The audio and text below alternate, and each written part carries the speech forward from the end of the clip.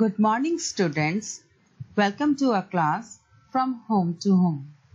In this lesson, A River's Tale, we'll get to know a lot about a river. First of all, you might be wondering how a river originates. A river originates from mountains. From mountains to the sea, many small springs, rivers, which are called its tributaries, join the river, hence it grows in size. The origin of a river is called its source. Most rivers begin life as a tiny stream running down a mountain slope, fed by glaciers, spring or rainwater. Now you must be thinking what a glacier is.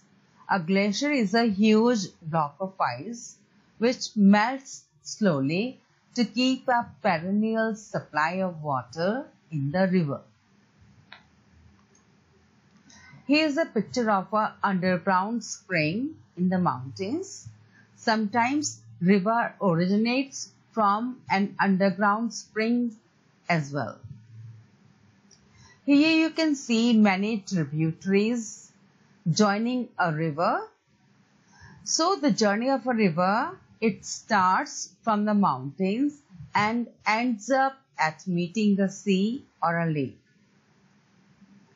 A river starts from a glacier which melts slowly. Water always flows from higher point to a lower point. Eventually flows into the sea.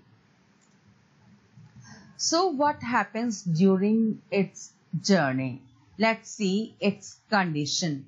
From its origin to its confluence into sea, at the time of its origin, the water is pristine, clear, clean and odorless.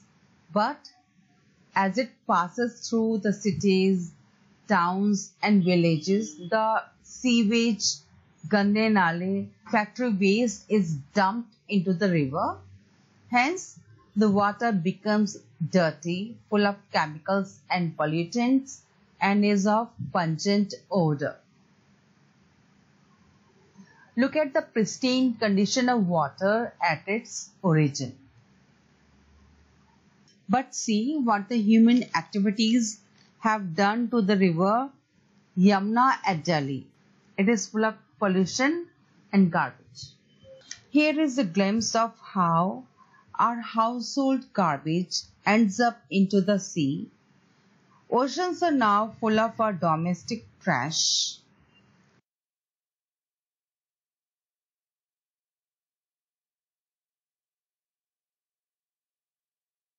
Innocent animals end up eating these plastic waste and in the process end up dying.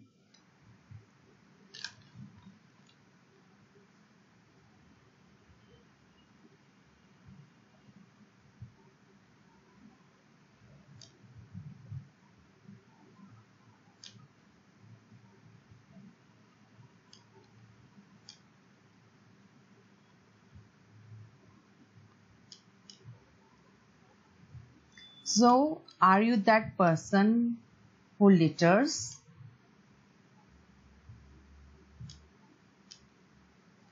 Not thinking of where it would go?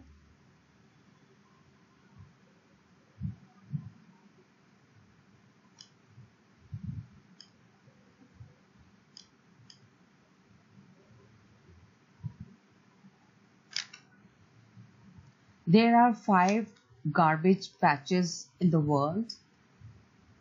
The Great Pacific Garbage Patch is the biggest, being approximately the size of Eastern Australia.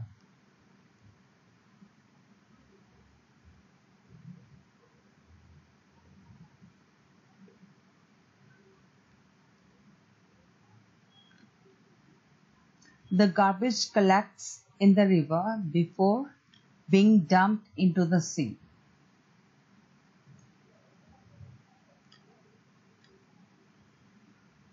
Do we really need to use all these non-biodegradable plastic? Approximately 1500 plastic bottles are put in landfills every second. Don't use plastic bags. Don't litter. Together we will reduce the pollution in our ocean.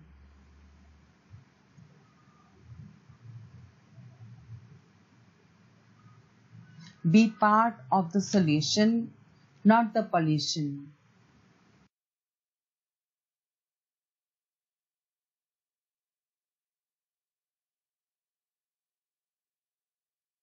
Now let's talk about the seawater. It is saline, means salty. We can't drink it. We have acute shortage of fresh water.